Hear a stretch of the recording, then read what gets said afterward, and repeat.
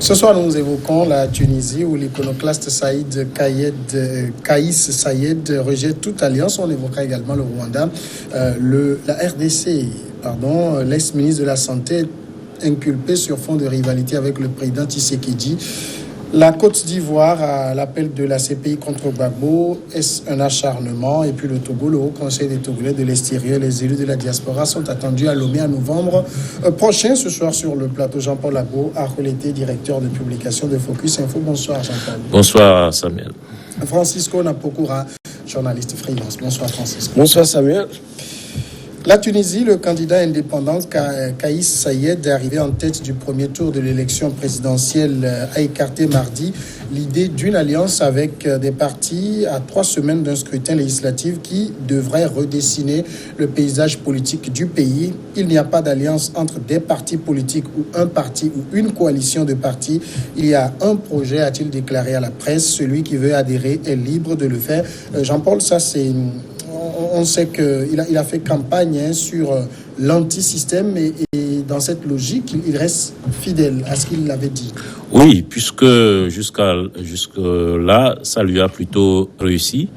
Cette posture de candidat anti-système, candidat indépendant, cette posture de quelqu'un qui veut balayer la classe politique existante.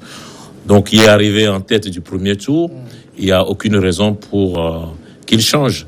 Mais simplement, lorsqu'on regarde de près les résultats de ce premier tour, il faut quand même dire que les deux premiers qui sont arrivés en tête du scrutin réunissent à eux deux à peine 40%, moins de 40% de suffrages. Donc, c'est des candidats qualifiés pour le deuxième tour qui sont quand même qui ont quand même une audience assez faible si on se fie aux résultats du premier tour. Donc, il faudra nécessairement ratisser beaucoup plus large que ce qu'il a fait jusque-là, parce qu'avec 18%, on est très loin, on est très loin des 50 plus une voix qu'il faudra. Donc, peu ou prou, d'une manière ou d'une autre, il faudra nécessairement attirer peut-être les islamistes modérés, les anciens, les partisans de l'ancien régime qui sont arrivés quatrième et tout ça. Donc peut-être pas des discussions directes avec les appareils de ces partis, de ces formations politiques, mais en tout cas un discours qui tendrait à attirer les électeurs potentiels de ces deux camps. Alors, c'est intéressant parce que quand on a pesé au premier tour que 18%, au second tour, on a forcément besoin d'alliance. En principe, on a besoin d'alliance. Mais je crois qu'il veut rester dans ce qu'il a amené pour aller au deuxième tour. Oui. C'est-à-dire toujours tenir le discours contre l'ancien système, disons vouloir faire totalement une rupture. Ce que Jean-Paul dit, quand nous voyons les deux, et d'ailleurs même quand nous prenons déjà l'élection déjà en général, on sent ce qui était déjà prédit. On l'avait débattu, je crois, le vendredi passé ici, en disant que vraiment c'était un jeu ouvert. Et on voit que l'homme du pouvoir même ne sort pas pour le Premier ministre, disons, sortant, et ne sort pas pour le deuxième tour. Ce qui veut dire que quelque part, les Tunisiens ont atteint quand même un niveau acceptable d'élection, de la chose électorale. Parce qu'on n'a pas vu ici des contestations de listes là, les affaires de bourrage d'urnes, tout. Non, je crois que tout ça là, c'est derrière. Maintenant, Mais c'est vrai que Lizy avait parlé de quelques quoique qui ne sont pas quand même assez importants pour remettre en cause la sincérité du vote. Voilà. Donc, les deux premiers sont quand même des gens que le peuple a senti. Et puis, les deux sont des gens anti-système. Voilà. La preuve, l'autre se trouve en prison parce qu'il a eu l'intention de briguer à la magistrature suprême. On a trouvé la chimie de le mettre en prison, mais ça ne l'a pas empêché de battre l'homme du pouvoir. Et donc, maintenant, qu'est-ce qui... les alliances ça va se faire d'une autre manière, d'une manière ou d'une autre. Parce que personne ne peut dire, ce n'est pas après le deuxième tour, quand on est élu, pour dire qu'il ne peut pas gouverner seul.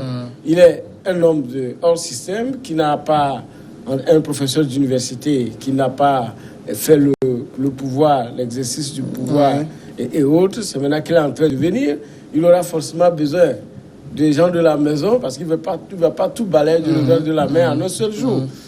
Puis notre détenu, Nabil Karoui, historique, qui en Afrique, on retrouve, sinon dans le monde, on retrouve un candidat en prison qui est au deuxième tour et qui aussi... Je pense qu'il y a déjà ça en Afrique, au Niger, si je me trompe. Non, au Niger, il n'avait pas gagné. Amadou était en prison. Oui. Mais s'il était arrivé deuxième aussi. Mais je pense que là-bas, le président est sorti dès le premier tour. Dès le premier tour, voilà, justement. Donc ici, maintenant, ça va faire une tâche dure. Est-ce qu'on va le libérer pour aller au deuxième tour? Est-ce que déjà, depuis la prison, les gens vont aller négocier? Déjà, comme il y a quelqu'un qui refuse déjà des alliances, est-ce que les gens vont aller négocier les alliances avec lui? Sinon, entre les deux premiers, pour l'instant, il n'y a pas d'alliance possible. Les deux premiers, non, mais avec les autres, comme Jean-Paul a dit, les islamistes, le pouvoir en place et autres, ils peuvent déjà chercher à avoir des alliances. Mais Jean-Paul, est-ce qu'il est possible de gagner une élection sans alliance au second tour? Je ne pense pas, surtout quand on a un score de premier tour aussi faible. Donc, nécessairement, il faudra une alliance. Mais, encore une fois, peut-être il ne veut pas changer de stratégie, de posture. Donc, peut-être il n'y aura pas d'alliance directe avec l'état-major des formations politiques, mais nécessairement par des couloirs, par des discours, il doit nécessairement attirer des gens qui ont voté pour d'autres formations politiques. On parlait des islamistes, des Nada, de Nidea Tounes, le parti au pouvoir sortant. Donc, nécessairement, d'une manière ou d'une autre, encore une fois, il faudra attirer ces électeurs-là, parce qu'avec 18%, on est encore une fois très, très loin de 50% plus une voix qu'il faudra. Il dit il y a un projet, celui qui veut adhérer est libre de le faire. C'est comme si ce n'est pas lui qui va aller faire la cour. Mais il est candidat. Quand tu es candidat, nécessairement, tu fais la cour aux électeurs. Peut-être pas, encore une fois, aux formations politiques, aux états-majors, mais nécessairement, tu fais la cour aux électeurs. Donc, encore une fois, c'est un discours qui lui a réussi, mais la réalité va vite le rattraper, parce que n'oublions pas aussi que il y a une concomitance, en tout cas une proximité avec les élections législatives. C'est quelqu'un qui n'a pas de parti politique, qui n'a pas en tout cas d'appareil qui le porte.